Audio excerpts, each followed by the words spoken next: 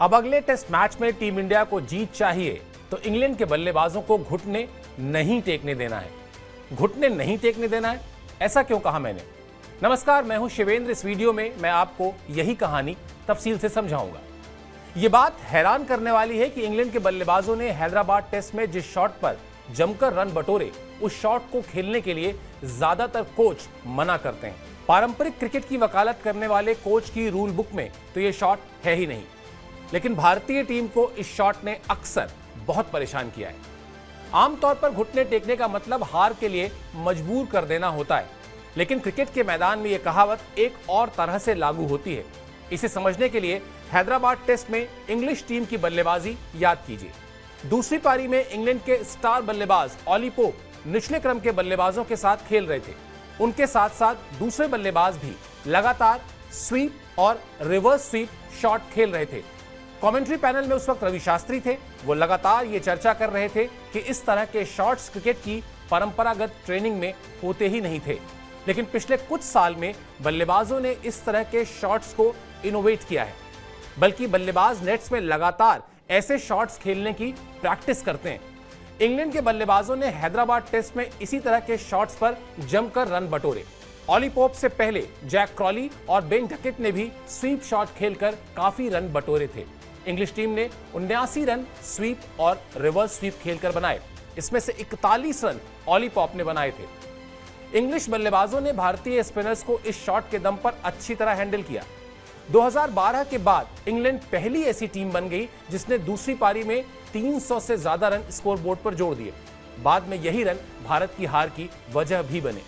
इसी के साथ भारतीय फैंस को एक बार फिर Graham Gooch, Mike Gatting, Andy Flower, Matthew Hayden और एडम गिलक्रिस्ट जैसे बल्लेबाज याद आ गए, जो स्वीप मारने में बहुत ही पारंगत थे।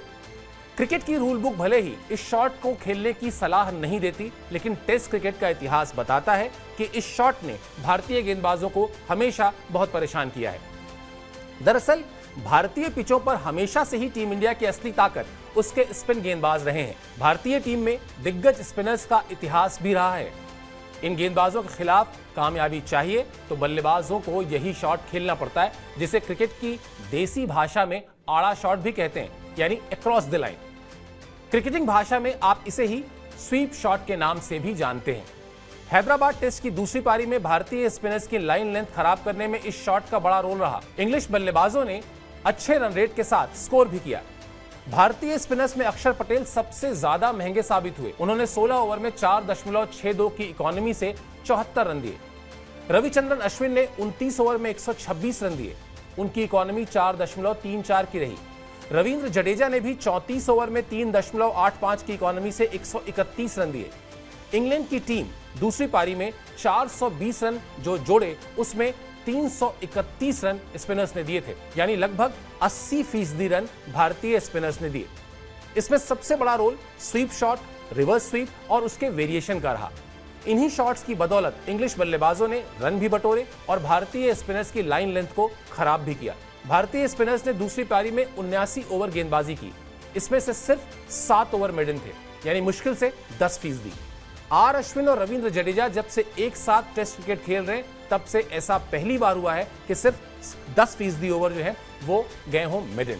खैर, स्वीप शॉट खेलने पर बॉल मैदान के उस हिस्से में जाती है जहां आमतौर पर फील्डर नहीं रहते हैं, यानी बल्लेबाजों को रन बटोरने का मौका मिलता है। यह काम आसान नहीं है। अक्रॉस द लाइन यानी स्वीप शॉट खेलने के लिए बॉलर की लाइन लेंथ को भांपना बहुत जरूरी होता है। दाएं हाथ के बल्लेबाज इस शॉट का इस्तेमाल लेग स्पिन या बाएं हाथ के स्पिन गेंदबाजों के लिए ज्यादा करते हैं। अब विशाखापट्टनम टेस्ट की बात कर लेते हैं, जो शुरू होगा अब। विशाखापट्टनम टेस्ट में एक बार फिर इंग्लिश बल्लेबाज भारतीय स्पिनर्स के खिलाफ इसी रणनीति के साथ उतरेंगे।